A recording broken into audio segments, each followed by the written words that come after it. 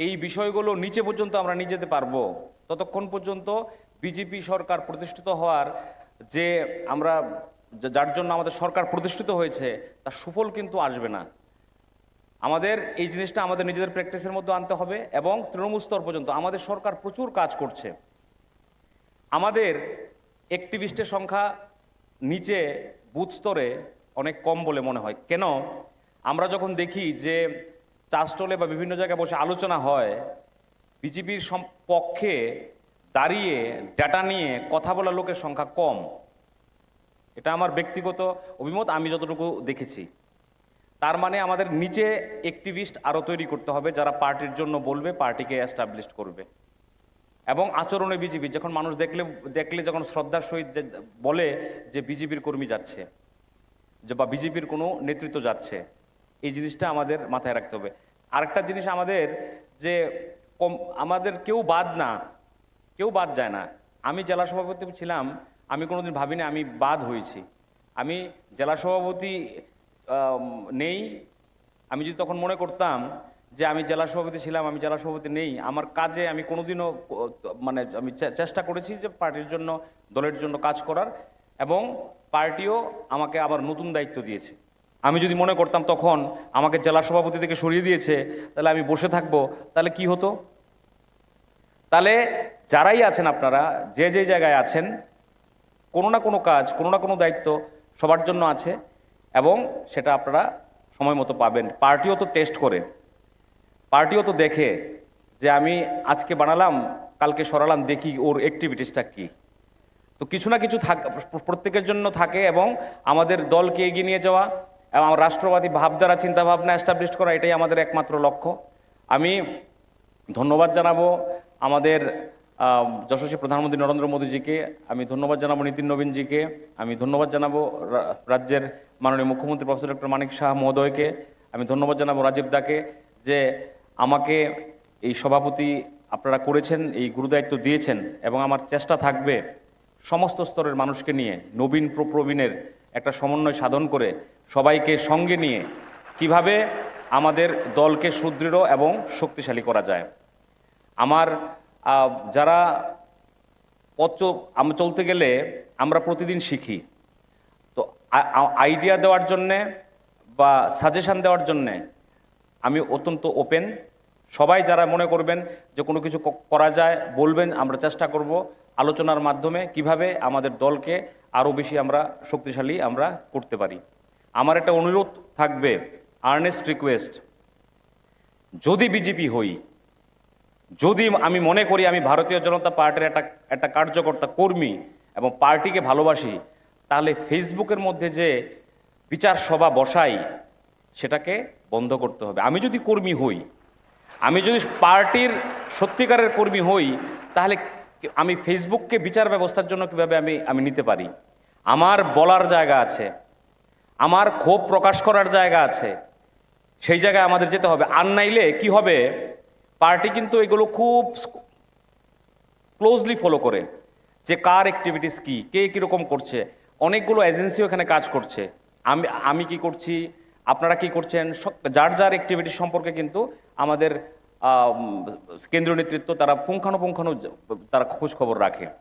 তো ফেসবুকে যদি আমি আমার পার্টিকে ভালোবাসি, আমি যদি একটা ঊর্ধ্বতন কর্তৃপক্ষ সম্পর্কে লিখে দিলাম ফেসবুকে, তাহলে কি এটা পার্টির জন্য ভালো হবে? এটা তো পার্টির জন্য ভালো হবে না। তাহলে এটা কোন বিজেপি করি আমরা? বিজেপি তো শৃঙ্খলাবদ্ধ দল, পার্টিকে তো আমরা মানি, পার্টিকে তো আমরা মা হিসাবে মানতে হবে, মার জায়গা দিতে হবে। 18-র আগের দিনগুলো আমাদের মনে করতে হবে। অনেক দল, অন্য দল আমরা করতাম, যদিও বিশ্লেষণের জায়গা নেই, তাও বলছি আজকের দিনে।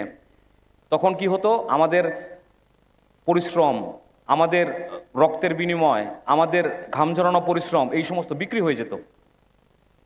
এবং ওই দলে কি, অন্যান্য দলগুলোতে কি আছে? অবিশ্বাস, বিশ্বাসঘাতকতা এবং নৈতিকতার বাইরে কাজকর্ম। আর ভারতীয় জনতা পার্টি আশা, আলো, বিশ্বাস, অগ্রগতি। তাহলে পার্টিকে যদি ভালোবাসি, পার্টিকে যদি মা হিসেবে ভাবি, আমাদের পার্টির এগেইনস্টে কোনোদিনও কোনো কিছু বলা যাবে না এবং পার্টিকে আমরা আমাদের সমৃদ্ধ করতে হবে, শক্তিশালী করতে হবে।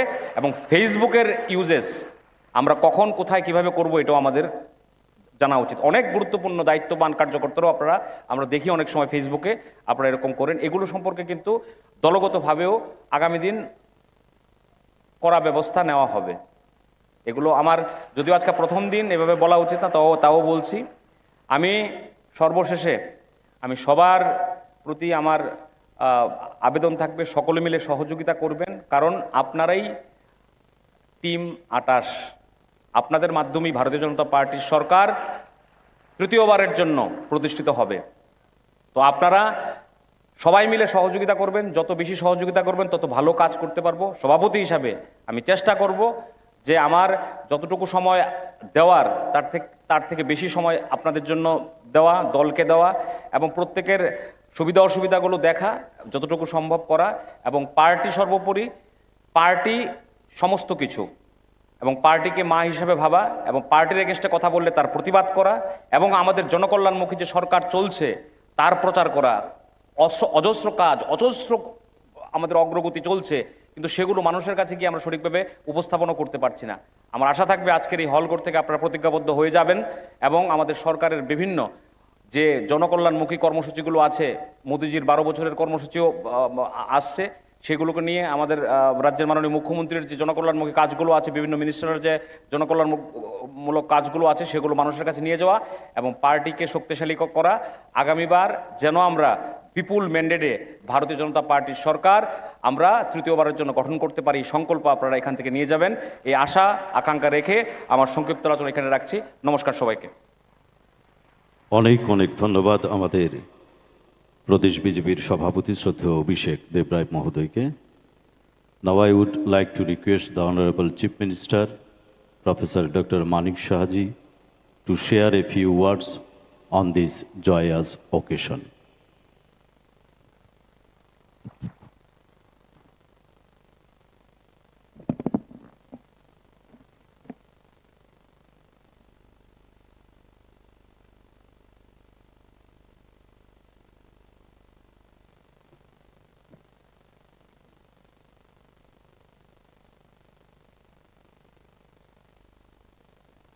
সবাইকে সর্বপ্রথম নমস্কার, যতন খোলঙ্খা। আজকে আমরা সবাই এখানে একত্রিত হয়েছি, এবং কী কারণে একত্রিত হয়েছি আমরা ইত্যবসরে সবাই আমরা জেনেছি যে ভারতীয় জনতা পার্টি ত্রিপুরা প্রদেশের যে নবনিযুক্ত যে রাজ্য সভাপতি শ্রী অভিষেক দেবরায়কে এখানে অভিনন্দন ও শুভেচ্ছা জ্ঞাপনের যে অনুষ্ঠান, সেই উপলক্ষে আমাদের মাঝে উপস্থিত রয়েছেন আমাদের ত্রিপুরা প্রদেশ বিজেপির যিনি ফর্মার, অ্যাকচুয়ালি ফর্মার বললে আর খুব ভালো হয়, মাঝে মাঝে ইংলিশ ওয়ার্ড ব্যবহার করলে, বাংলা ব্যবহার করলে একটু সমস্যা হচ্ছে। ফর্মার প্রেসিডেন্ট ত্রিপুরা প্রদেশ বিজেপির এবং আমাদের রাজ্যসভার মাননীয় সদস্য শ্রী রাজীব ভট্টাচার্য মহোদয়, উনি বিস্তারিত আমাদের সামনে ওনার মনের কথা আমাদের সামনে বলেছেন, এবং অনেক বিষয়ে কিন্তু ওনার অভিজ্ঞতাও, এই গত 4 বছর ধরে উনি যে অভিজ্ঞতা সঞ্চয় করেছেন সেই বিষয়ে উনি কিন্তু আমাদের সামনে রেখেছেন। আমি রাজীব বাবুকে ধন্যবাদ দেব। কালকের থেকে ওনার সাথে আমার কথাবার্তা হচ্ছিল, যখন আমি তখন দিল্লিতে 11টার সময়, যখন আমার কাছে প্রায় 11টা আমার কাছে খবর আসলো, আমি রাজীব বাবুকে আমি ফোন করে কথা বলি যে আমি আসছি, তো আমি আসার পরে আপনার সাথে কথা বলবো। তো সেইভাবে ওনার সাথে আমি কথা হয়েছে। আমি ল্যান্ড করার পরেও সেখান থেকে ওনার সাথে কথা হয়েছে আমরা কি কি প্রোগ্রাম করব, কিভাবে করলে ভালো হবে। তো সেইভাবে উনি আমাদের সহযোগিতাও করেছেন, এবং সেই কারণে কিন্তু আজকের এই যে প্রোগ্রাম, এই আলোচনার কারণে কিন্তু সেটা হয়েছে। আজকে আমাদের মাঝে উপস্থিত আছেন ডক্টর রাজদীপ রায় প্রভারী, এবং আমাদের শিলচর বিধানসভার 50,000 ভোটের ব্যবধানে যিনি জয়যুক্ত হয়েছেন, এবং প্রাক্তন এমপি ওনার ইলেকশনে আমি গিয়েছিলাম, উনি আমাকে বলেছেন আপনার আসতেই হবে। তো জানি না উনি কোন জায়গায় একদিন বলছিলেন যে আপনি যাওয়ার পর থেকেই শিলচরে যে আমার যে ঢেউ, আমার যে টেম্পোটা সেটা উঠেছে, কারণ এইভাবে আপনাকে অ্যাগ্রেসিভ ওয়েতে আপনি যেভাবে ভাষণ রেখেছেন, শিলচরের মানুষ একদম খুশি। এবং সেখান থেকেই কিন্তু আমার মানে সেখানের যে ইলেকশনের যে ঢেউ সেটা কিন্তু সেখান থেকে শুরু হয়েছে। যাই হোক, এটা আমার একটা প্রাপ্তি, খুব ভালো লেগেছিল সেখানে। এবং বুঝে গেছিলাম আমরা সেখানে যাওয়ার পরে আমি যে ওয়েস্ট বেঙ্গল তো আমরা জিতেছি, কিন্তু সেখানেও বা জিতবো তখন ওই সময় ছিল, কিন্তু আসামেও একটা বিশেষ কিছু হতে যাচ্ছে, এতগুলো সিট আমরা পেয়েছি। আমাদের মাঝে উপস্থিত আছেন আজকে যিনি খুব সুন্দরভাবে আমাদের প্রথম রাজ্যসভার আমাদের ত্রিপুরা প্রদেশ বিজেপির প্রথম সভাপতি হিসাবে উনি যেভাবে বক্তব্য রাখলেন, আমি ওনাকে ধন্যবাদ দেব। ওনার যে ফিলিংস, উনি আগামী দিন যে টিপ অফ দ্য আইসবার্গ যাকে বলে, প্রথম থেকে বোঝা যায় যে আগামী দিন ভারতীয় জনতা পার্টি কোন দিশায় যাচ্ছে। Discipline is very important. জীবনের চলতে গেলে ডিসিপ্লিন ছাড়া হবে না। আমরা কিন্তু অনেক সময় বলি যে আরে এটা কেন হচ্ছে না, সেটা কেন হচ্ছে না। তো আমি এখানে বসে বসে ভাবলাম, আজকে প্রথম দিনে উনি যে ইঙ্গিত দিয়েছেন, আমাদের জন্য কাজটা কিন্তু অন্তত আমার জন্য কাজটা অনেকটা ইজি হয়ে গেল। যে আগামী দিন কি হতে যাচ্ছে, একটা ডিসিপ্লিন পার্টি হতে গেলে যা যা দরকার সেটা হতে যাচ্ছে এবং হবে, এটা আমি নিশ্চিত ওনার নেতৃত্বে সেটা হবে। আমাদের মাঝে উপস্থিত আছেন আমাদের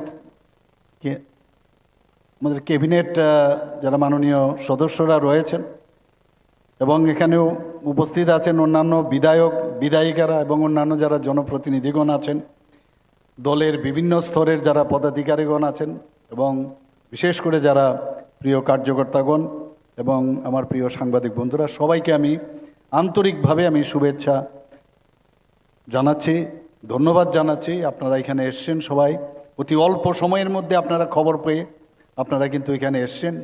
এটা বোঝা যায় যে বিজেপির যে কতটা সাংগঠনিকভাবে শক্তিশালী, সেটা কিন্তু আজকে আপনাদের এই জমায়েতে কিন্তু সেটা প্রতিফলন হয়েছে। সত্যি কথা বলতে কি, আমি যেহেতু প্রফেশন এখন আমার রাজনীতি, সেই রাজনীতির যে প্রফেশন এসছে, যতক্ষণ ধরে প্রতিটি কার্যকর্তাকে আপনি if you do not love, if you do not respect, if you do not consider your party people, ততক্ষণ পর্যন্ত কিন্তু কানেক্ট কোনো দিন হয় না। হয়তোবা কিছু করা যাচ্ছে না, অনেক সময় অনেক জায়গায় করার জন্য সম্ভব হয় না সব জিনিস, সবাইকে সব জিনিস হবে তাই নয়, অনেকের চাহিদা থাকে, সেই চাহিদা সেটাকে যেটা পণ্ডিত দীনদয়ালজি, আমি সব জায়গায় আজকে একটু আগে আমার পূর্ববর্তী বক্তা আমাদের নবনিযুক্ত সভাপতি বলেছেন সে কথাটা, যে ডিজায়ার যদি থাকে আর গ্রিড যদি থাকে, এটা কিন্তু কনফ্লিক্ট সৃষ্টি করে, যেটা পণ্ডিত দীনদয়ালজি বলেছে। এটা যদি আমাদের মধ্যে ঢুকাতে পারি তাহলে আমাদের কোনো সমস্যা নেই। আমি এটাই বলবো, যারা কাজের মানুষ, ঠিকভাবে মানুষের কাছে যে আশা আকাঙ্ক্ষা, সেই আকাঙ্ক্ষা অনুযায়ী কার্যকর্তাদের যেরকম তাদের কাছে আশা করে মানুষ, তাদের যে আশা যদি পূরণ করতে পারে, সেসব কার্যকর্তাদের আমাদের চিহ্নিত করা প্রয়োজন। আমি শুধু বডিলি আমি আসলাম,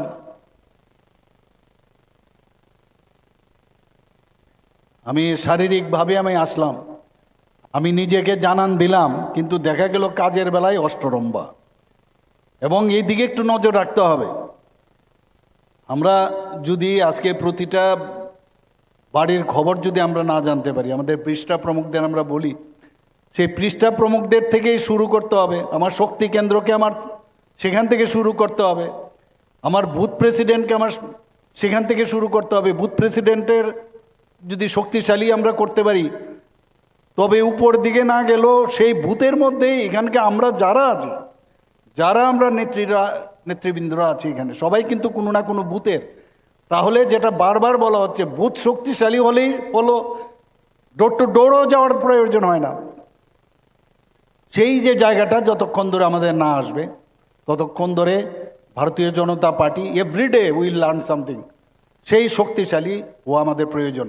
বড় আমরা যদি একটা সমাবেশ করি, এই সমাবেশ থেকেও সবচেয়ে বড় যে শক্তি, সেখান থেকে যতটুকু আমরা না পাবো, বুথে বুথে যদি আমরা সেই কাজটা করি, এবং প্রতিনিয়ত বুথে বুথে যদি আমরা কাজটা, আমাদের সরকারের কি কাজ করছে, আমাদের ডাবল ইঞ্জিন সরকারের কি কাজ করছে, এবং তার জন্য যে ইন্সপিরেশন দরকার, যে ফুয়েল দরকার ওই সব কার্যকর্তাদের, আমি এখানে মাননীয় নবনিযুক্ত সভাপতিকে আমি বলবো যে এই ব্যাপারে আমাদের একটা ডিসিশন নিতে হবে, যে আমরা ওই লেভেলে যদি কন্টিনিউয়াস আমরা ওই লেভেলে যদি আমরা কাজ করি, আমি নিশ্চিত যে আগামী দিন 2028 না, এর পরবর্তী সময়েও আমরা কত বছর আমরা থাকবো, আমরা হয়তো বা থাকবো না, কিন্তু সেটা শেষ করা যাবে না। কারণ সাবস্টিটিউশন ভারতীয় জনতা পার্টির নেই নেই নেই, হবেও না কোনো দিন।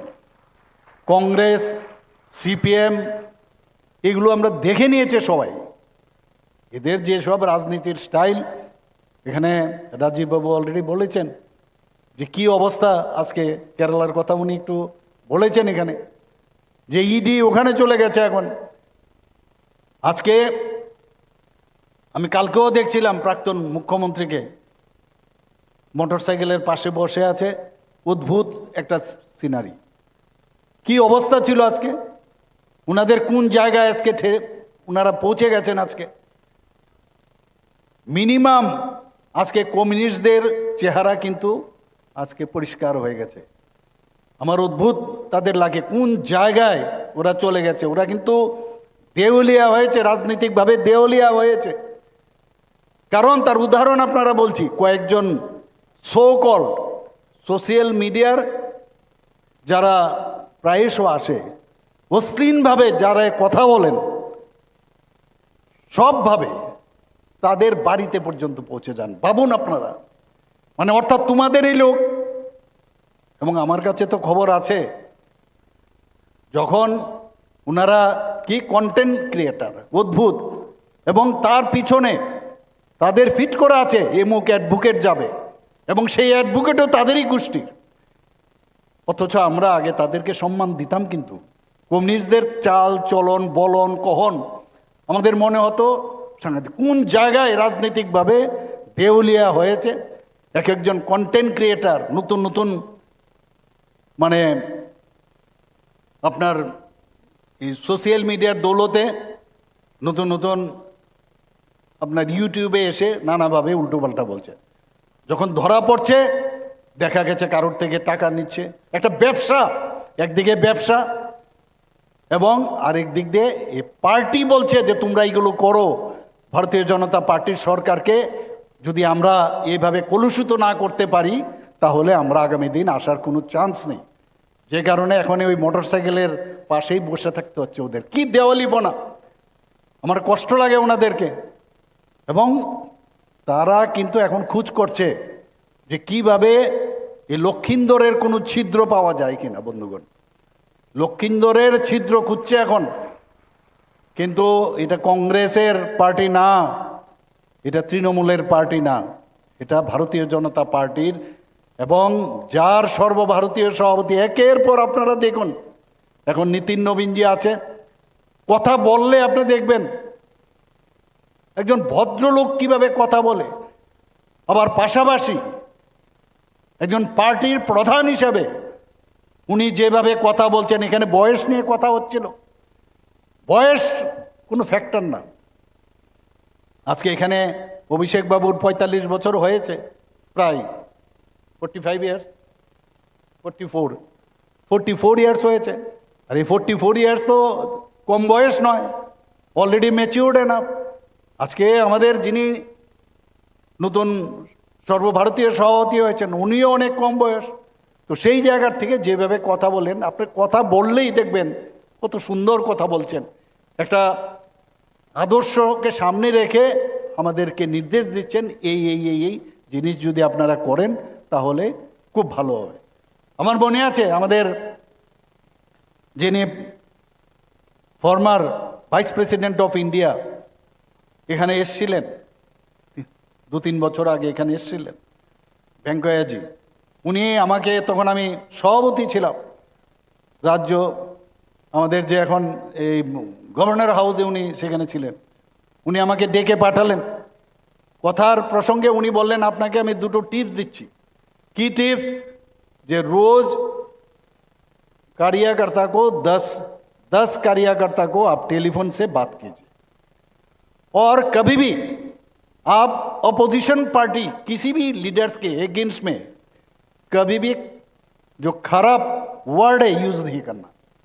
তো এই ধরনের যারা লোক, আপনি ভাবুন, আর আমরা কি দেখছি এখানে, কি ধরনের ব্যবহার করছে। আমি দেখছিলাম এখন যে এলওপি, কালকে আমি দেখছিলাম কি বলছেন, যে মুখ্যমন্ত্রী ড্রাগের সাথে যুক্ত। এটা মানে অদ্ভুত, মানে কোন জায়গায় দেওয়ালিপনা হচ্ছে, আর ওনার যে সাকরেত ওদের মাধ্যমে মানে আপনারা ভাবুন, ওদের তো খুঁজেও পাওয়া যাবে না। আমি বলছি আবার, আমি এখানে মাননীয় সভাপতিকে বলবো, এই 10টা সিট সিপিএম এর 10টাতেই আমরা ভারতীয় জনতা পার্টি আমরা আনবো। কারণ সারা ভারতবর্ষে সিপিএম যেহেতু মুছে গেছে, আমাদের সেখানে অবশ্যই আমাদের চেষ্টা করতে হবে, স্পেশাল ড্রাইভ দিতে হবে। কারণ ওদেরকে কোনো অবস্থায় রাখা যাবে না, কারণ দেশের জন্য, রাজ্যের জন্য ক্ষতিকারক ওরা, মানুষকে বিভ্রান্ত করার, এবং যেভাবে ওনারা মিথ্যা কথা বলে মানুষকে বিভ্রান্ত করা, এই ধরনের পার্টি আমার মনে হয় আমাদের তাদেরকে যেভাবে হোক মানুষের যাতে বিভ্রান্ত না করতে পারে, তাদের থেকে এই 10টা সিটের যে আসন সেটা আমরা ছিনিয়ে নিতে হবে, আনতেই হবে। এবং যাচ্ছে আস্তে আস্তে নিচে চলে যাচ্ছে ওরা। এবং আজকে আমরা বুঝতে পারছি বিধানসভার মধ্যে নানাভাবে যখন কথা বলে, এক সময় আমার অবাক লাগে, আরে কি বলছেন, এত তাত্ত্বিক কথা আমরা শুনতাম আগে।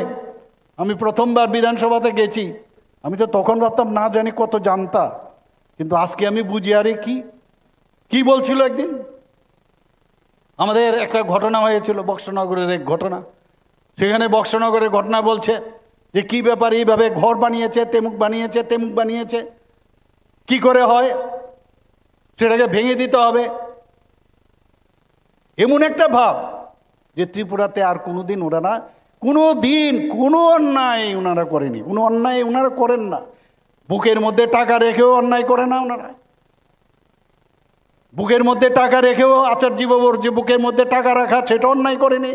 সেখানেও বিধানসভায় বলছিলেন যে এখন ভারতীয় জনতা পার্টির বহু কার্যকর্তারা এখন গিয়ে তারা এই সিন্ডিকেটেড সিস্টেম এখানে করেছে। কি বলছেন উনি? বলছেন আপনিও চেষ্টা করুন। কি করব? আমি বললাম পুলিশ তো অ্যারেস্ট করে কোনো জায়গায় কাউকে ছাড় দেয় না। বলে ভ্যাকসিন দিন, ভ্যাকসিন। আমি তখন ওনাকে বললাম, ওই সময়ে আচার্যবাবুকে যদি আপনি ভ্যাকসিন দিতেন তাহলে তো আজকে আমার ভ্যাকসিন দেওয়াটার আজকে প্রয়োজন ছিল না। চুপ করে বসে গেছে, উত্তরই দেন, যখন যা খুশি তাই বলছে। তো আমি সেখানেও বললাম, আপনারা যে পার্টি অফিস, এই যে অমরপুরের, এখানে অমরপুরের এমএলএ মহোদয় বোধহয় আছেন, বোধহয় এখানে, আমি জানি না এসছেন কিনা, উনি জানেন ওখানকার পার্টি অফিস। সেই পার্টি অফিস অর্ধেকের থেকেও বেশি গভর্নমেন্টের জায়গার মধ্যে। হাইকোর্টে গেছে, নোটিশ যখন দিল যে আপনাদের পার্টি অফিস কিন্তু ভাঙতে হবে, হাইকোর্ট থেকে বলল এটা ভাঙতে হবে এবং এটা আপনি বেআইনি কাজ করেছেন। তা আপনারা যে কাজ করেছেন তাহলে তো আমারও ভাঙতে হয়। কি করেছেন আপনারা, কি না করেছেন আপনারা। তো সেই জায়গায় দাঁড়িয়ে আজকে এই ধরনের ওনারা যে কাজকর্ম করেছে, আর এখন তো এমন একটা ভাব যে ওনাদের সময়ে যেন স্বর্ণযুগ, বলতো না স্বর্ণযুগ, একদম স্বর্ণযুগ। আর ভারতীয় জনতা পার্টি আসার পরে সমস্ত জায়গার মধ্যে এই যে ড্রাগ মাফিয়ারা ওনারা সৃষ্টি করেছেন, সেই তাদের কারণে তারা যে ধরা পড়ছে, এর জন্য সমস্যা হয়ে গেছে যে মুখ্যমন্ত্রী ড্রাগের সাথে যুক্ত। এদের জন্য এই কারণেই ওদের সমস্যা হচ্ছে যে তোমাদের সৃষ্টি যে ড্রাগ কারবারিরা সবার কিন্তু এখন হাতে হাতকড়ি পড়ছে এখন। তো যেভাবে ও কারণ এই যে আমি প্রমাণগুলো দিলাম, এবং একটা অদ্ভুত মহিলাদের আবার ওরা ঠিক করেছে, ভদ্র মহিলা আবার বলছে নাম, মহিলা না ভদ্র মহিলা। আবার আগে বলার আগে আমি জানি, আমরা জানি উনি কাপড় চাপড় ঠিকভাবে পরেন না, ওটা আরেক জিনিস, ওইটা আরেকটা জিনিস, কিন্তু ভদ্রলোক। এরা অদ্ভুত সব কথাবার্তা বলেন, মানুষ এগুলো জেনে গেছে। কাজের এই যে এদের ধান্দাবাজের এইসব বিষয়গুলো আগামী দিন আমাদের সাংগঠনিকভাবে আরও শক্তিশালী করতে হবে। সরকারের কাজ করবে, সরকারের কাজের আমি এখানে যারা সাংবাদিক বন্ধুরা আছে আমি বারবার বলছি যে প্রতি কোনো ভারতবর্ষের কোনো প্রদেশে আমি জানি না যে এইভাবে এই কাজ করে কিনা, প্রতি ফোর্টনাইটলি এই সংবাদপত্রের কাটিং নিয়ে সমস্ত আমরা ভার্চুয়ালি প্রযুক্তিকে ব্যবহার করে সমস্ত ডিস্ট্রিক্ট ম্যাজিস্ট্রেট এবং এসপিদের সাথে টেলিফোনে আগেই আমরা কাগজগুলো পাঠিয়ে দিই যে এই নিউজ বেরিয়েছে, আপনারা বলুন সত্যি কিনা। আগে ভাগেই এখন ওনারা আগেই ঠিক করে রাখেন যে এটা যদি সত্যি থাকে রিজয়েন্ডার দিয়ে, যদি মিথ্যা হয়ে থাকে তাহলে রিজয়েন্ডার দিয়েছেন কিনা, বলে যে দিয়েছেন, সত্যি হলে বলুন যে হ্যাঁ হয়েছে, আমরা কাজটা করছি। তো এই যে আমরা একটা সুন্দরভাবে একটা রিফর্ম করার চিন্তা ভাবনা করছি সব দিকে। আমাদের ত্রিপুরাতে মাননীয় প্রধানমন্ত্রী যে এত খুশি যে যে রিফর্ম আমরা করেছি এবং কমপ্লায়েন্স সারা ভারতবর্ষের মধ্যে ত্রিপুরা প্রথম কিস্তিতে তো প্রথম হয়েছে, সারা ভারতবর্ষের মধ্যে দ্বিতীয়বারও ফার্স্ট হয়েছে এইবারও, আপনারা ভাবুন। তো সব দিকে আমরা কাজ করছি এখানে। আজকে নর্থ ইস্টার্ন রিজন আপনারা দেখুন যেভাবে আমরা কাজ করছি, যে এত একটা ছোট রাজ্য তারপরও আমরা জিএসডিপির দিকে আমরা সেকেন্ড বেস্ট, আমরা সেকেন্ড হাইয়েস্ট এখানে। আজকে আমাদের নীতি আয়োগ আমাদের কি বলছে, ফ্রন্ট রানার স্টেট হিসেবে আমাদের ডিক্লেয়ার করেছে। আমাদের ত্রিপুরা থার্ড, যেখানে আপনার শিক্ষিতের হার হিসাবে গণ্য করেছে, থার্ড স্টেট হিসাবে আমাদের মিজোরাম এবং গোয়ার পরে। একের পর এক উন্নয়নের বিভিন্ন জায়গায় আজকে মেডিকেলের এতগুলো সিট, আপনার প্রায় 500-র উপরে এমবিবিএসের সিট এখন হয়ে গেছে। এখানে প্রায় ছুঁই 200-র উপরে এখন আপনার পোস্ট গ্রাজুয়েশনের সিট হয়েছে, ডেন্টাল কলেজে হয়েছে, আজকে এখানে pharmacy college, BSc nursing college হয়েছে। সমস্ত জায়গায় আজকে হেলথ বলুন, পর্যটনের বিষয়ে আমার সাথে কালও আমার সাথে মাননীয় প্রধানমন্ত্রীজির কথা হয়েছে যে পর্যটনের এখানে কি অবস্থা, এখানে নতুন কিছু করা যায় কিনা। ডায়েরির বিষয়ে এখানে রতনবাবু আছেন, ডায়েরির বিষয়ে কথা বলছেন। আমি ওনার সাথে কথা বলেছি যে সবকা সাথ সবকা বিকাশ, বিশ্বাস আর প্রয়াস, এই যদি হয় তো বড় বড় রাজ্য আমাদের ত্রিপুরাতে যদি আমাদের হেল্প করে তাহলে আমাদের সুবিধা হয়। উনি কথাটা শুনেছেন এবং বলেছেন হ্যাঁ খুব ভালো, আপকা সোচ जो है बहुत अच्छा है, हम सोचते हैं। আর উনি যখন এই জিনিসগুলো ভেবেছেন, আমি নিশ্চিত যে আগামী দিন ত্রিপুরাতে এই ধরনের নিবেশ করার জন্য বড় বড় রাজ্য থেকে আসবে। মহারাষ্ট্রের মুখ্যমন্ত্রীর সাথে আমার কথা হয়েছে। তো আমরা চেষ্টা করছি এখানে আজকে যেভাবে ইঞ্জিনিয়ারিং কলেজ থেকে বিভিন্ন যেসব ইউনিভার্সিটি এখন আসছে, এখানে একের পর এক ইনফ্রাস্ট্রাকচারে 7,000 কোটি টাকা আমরা বাজেটে আমরা রেখেছি শুধু ইনফ্রাস্ট্রাকচার ডেভেলপ করার জন্য। তো এইগুলো নিয়ে যখন আপনারা এখানে যারা কার্যকর্তারা আছেন, আপনারা এতটুকু আমি বলতে পারি যে এই যে রিলে রেসের মতো এখানে রাজীববাবু বলছিলেন, রিলে রেসের মতো এখানে আমাদের সব জায়গায় জীবনটাই রিলে রেস, অর্থাৎ বেটন একজনকে দিতে হবে, এই বেটন আরেকজনকে দিতে হবে।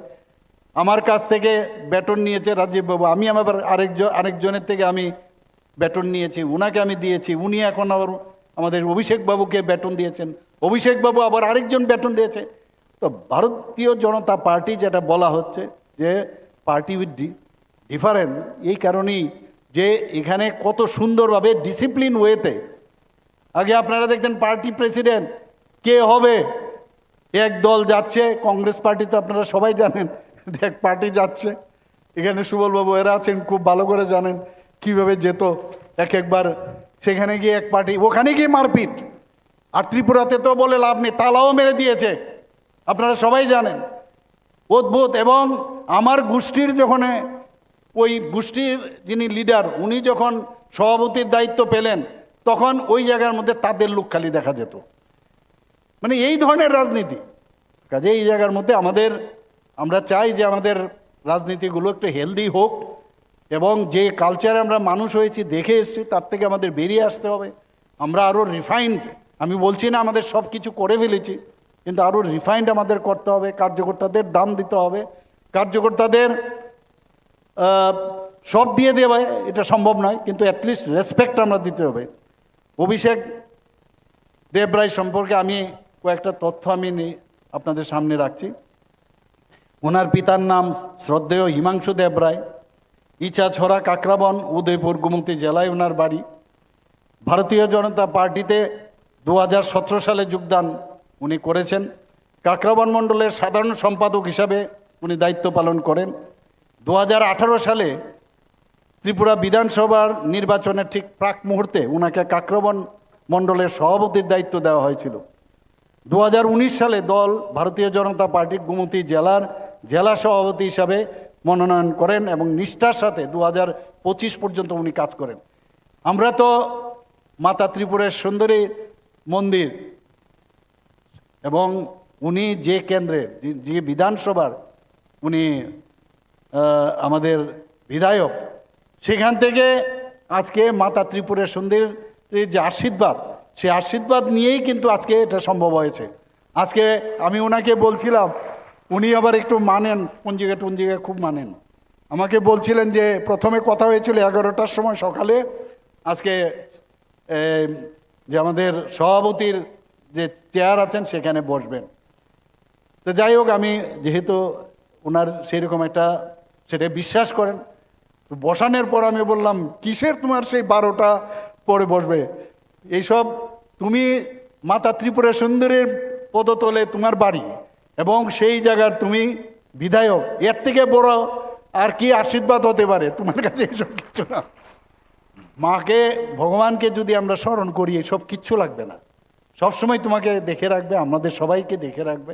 কাজে আমি আশা করি যেভাবে উনি আমাদের সর্বভারতীয় সভাপতি ওনাকে এখানে ভারত ত্রিপুরা প্রদেশের সভাপতি হিসাবে নিযুক্তি দিয়েছেন, উনি দায়িত্ব পালন করবেন। ওনার কথার থেকে আজকে সেটা আমরা বুঝতে পেরেছি। 2023 সালে উনি বিধানসভায় জয়যুক্ত হন এবং আমাদের একটা বিশ্বাস, নেতা মানে কি, নেতার অর্থই হচ্ছে একটা বিশ্বাসের জায়গা দরকার, একটা আশ্বাসের জায়গা দরকার।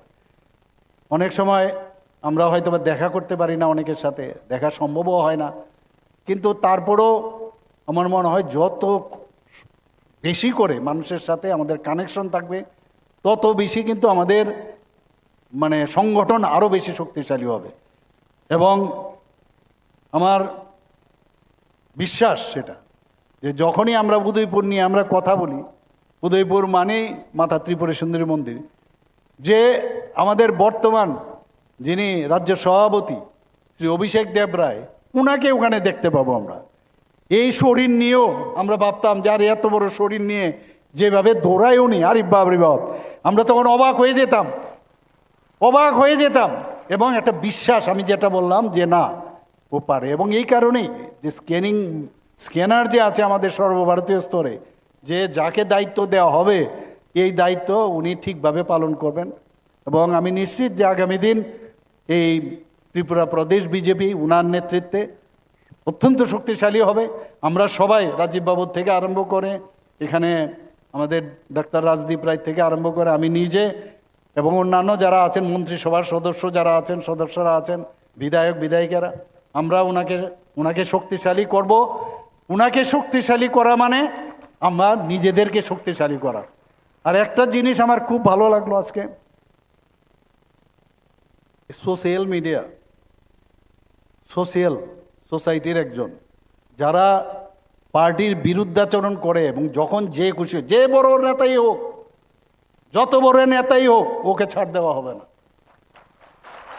দেওয়া হবে না, কারণ এতে করে ডিসিপ্লিন নষ্ট হয়।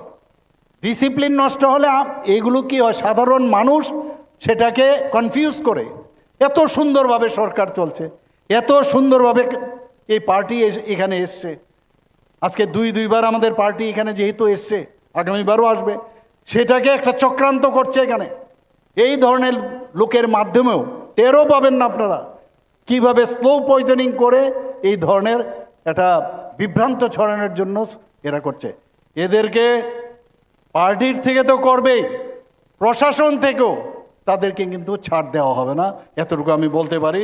এবং সেটা যেদিন হবে সেই দিন এই যে পার্টি এবং প্রশাসন দুটো মিলে আমরা এই দুই জায়গার থেকে একসাথে যখন করব, আমি নিশ্চিত যে মানুষের মধ্যে তো আস্থা আসবেই, পার্টির মধ্যে একটা আস্থা আসবে, একটা ডিসিপ্লিন তৈরি হবে এবং মানুষ তখন বলবে আরে ভারতীয় জনতা পার্টির, এই দেখ ভারতীয় জনতা পার্টির একজন কার্যকর্তা যাচ্ছে, সাবধান, ওনারা কিন্তু যে আদর্শ নিয়ে চলে একাত্ম মানববাদ, আমাদের সেই একাত্ম মানববাদ নিয়ে আমরা চলি, সেই বিষয়টা তখন কিন্তু আমরা করতে পারবো।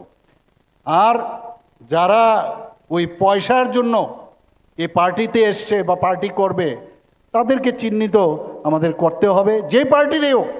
আমি আমাদের পার্টির বলছি না, কারণ এটা একটা ক্রনিক ডিজিজের মতো, কিন্তু ক্রনিক ডিজিজ, কাজে ক্রনিক ডিজিজ আপনি জানেন সহজে যায় না, এটাকে ইম্পুটেশনও লাগে, কিন্তু মাঝে মাঝে ক্যান্সারের ইম্পুটেশন লাগে, তারপর তাকে কেমোথেরাপি দিতে হয়, রেডিওথেরাপি দিতে হয়, নানাভাবে দরকার পড়লে দেবো আমরা। কাজেই এই দিশায় যদি আমরা যাই, তাহলে কি একটা আদর্শ একটা যে সংগঠন, যেটা আমাদের মাননীয় প্রধানমন্ত্রীজি যেভাবে চিন্তা ভাবনা করেন, উনি যে কথা বলেন যে রাজনীতির জন্য রাজনীতির প্রয়োজন হয় না। আরে ভাই, তুমি যে বুথের আছো, এই বুথের যারা যারা আছেন, ওনারা যদি সেই বুথের একজনের বাড়িতে খালি যান যে মাসিমা কি হয়েছে আপনার, এটা আমার কথা না, মাননীয় প্রধানমন্ত্রীজি ভাষণেও বলেছেন, আপনারা সবাই জানেন গত বছর, যে সেখানে গিয়ে বল মাসিমা আমি শুনলাম আপনার শরীর ভালো না, কথাটা কি সত্যি?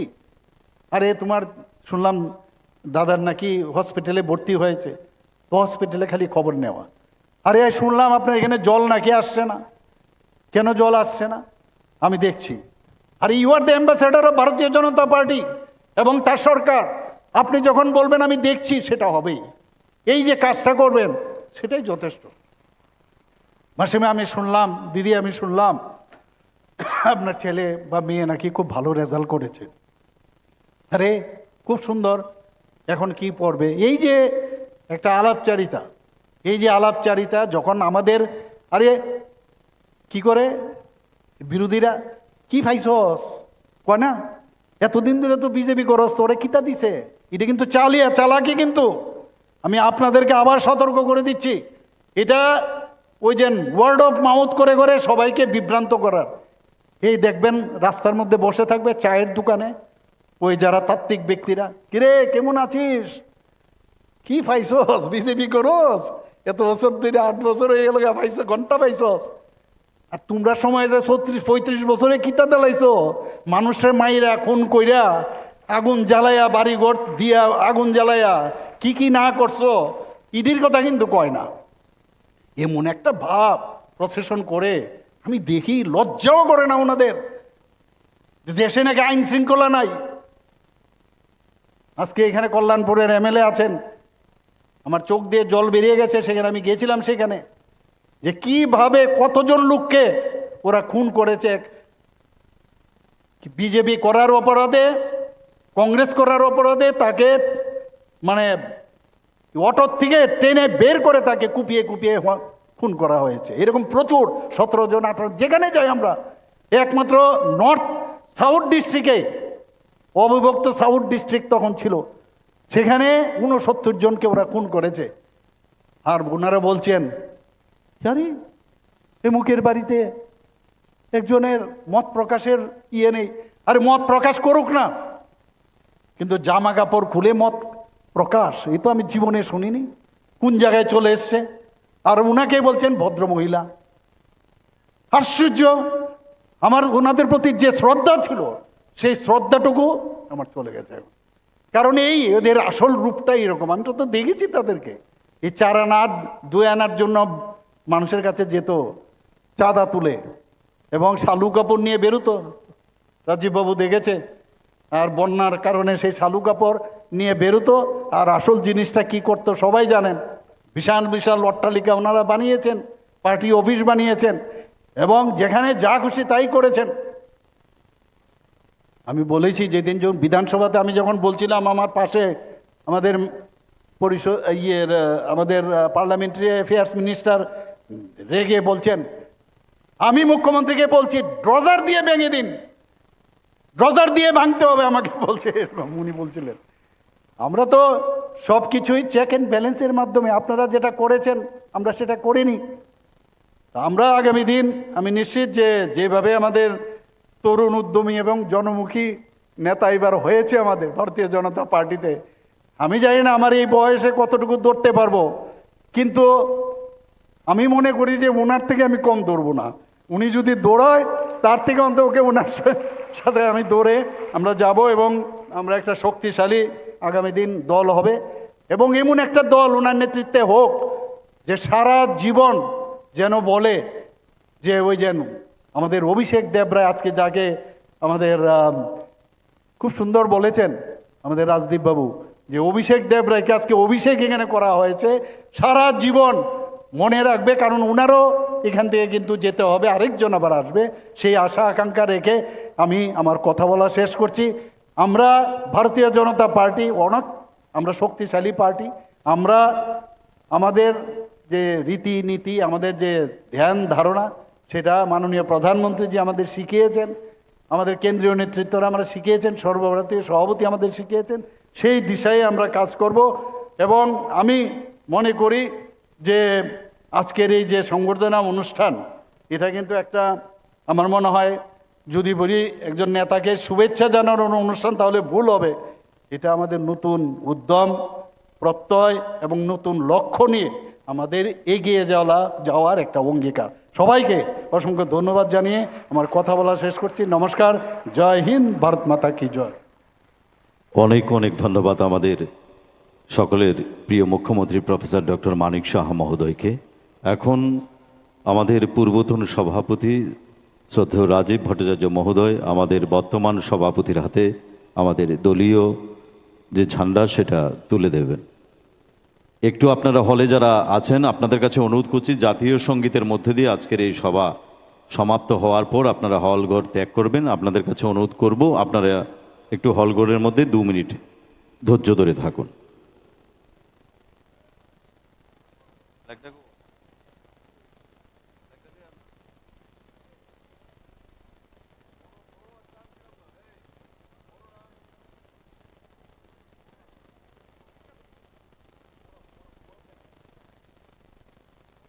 সবাইকে বলবো এই সুন্দর মুহূর্তে আপনারা করতালি দিয়ে আমরা সকলে আজকের এই সুন্দর মুহূর্তটিকে আমরা স্মরণ করে রাখব।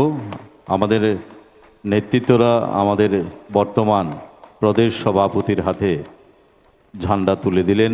আগামী দিন সংগঠনকে সেই মাত্রায় ওনার নেতৃত্বে নিয়ে যাবে। সবাই বলুন ভারত মাতা কি, ভারত মাতা কি, বন্দে বন্দে বন্দে। বিজেপি বিজেপি, নরেন্দ্র মোদী নরেন্দ্র মোদী, নীতিন নবীন নীতিন নবীন, প্রফেসর ডক্টর মানিক শাহ প্রফেসর ডক্টর মানিক শাহ, অভিষেক দেবরায় অভিষেক দেবরায়, রাজীব ভট্টাচার্য রাজীব ভট্টাচার্য, ডক্টর রাজদীপ রায়। জয় শ্রীরাম জয় শ্রীরাম জয় জয় শ্রীরাম।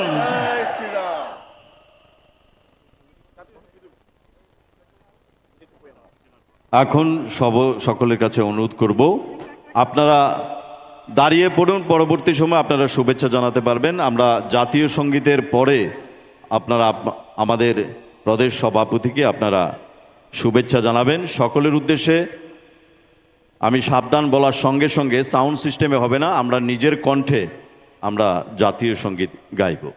সাবধান।